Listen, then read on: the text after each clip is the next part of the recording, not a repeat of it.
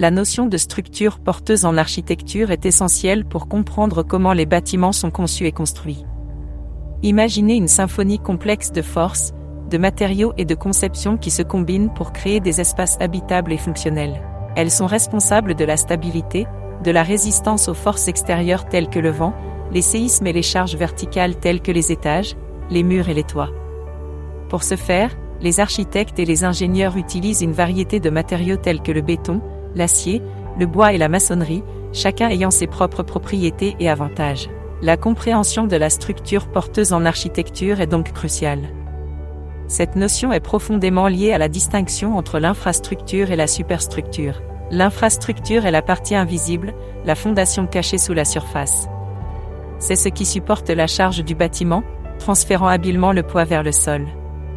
Imaginez-la comme la base solide sur laquelle repose tout l'édifice.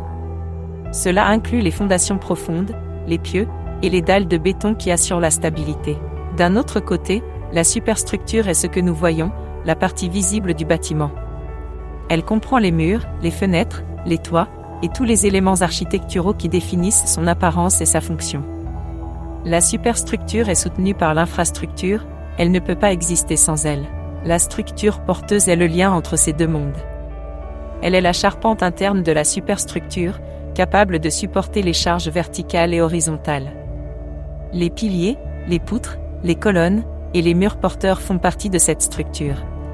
Ils sont conçus pour résister aux forces extérieures et maintenir l'intégrité de la superstructure. En somme, l'infrastructure est le socle solide qui soutient tout, tandis que la superstructure est la partie visible qui répond aux besoins des occupants.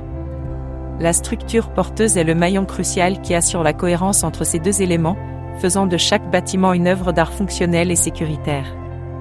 Elle est le secret bien gardé derrière la beauté et la robustesse de l'architecture moderne.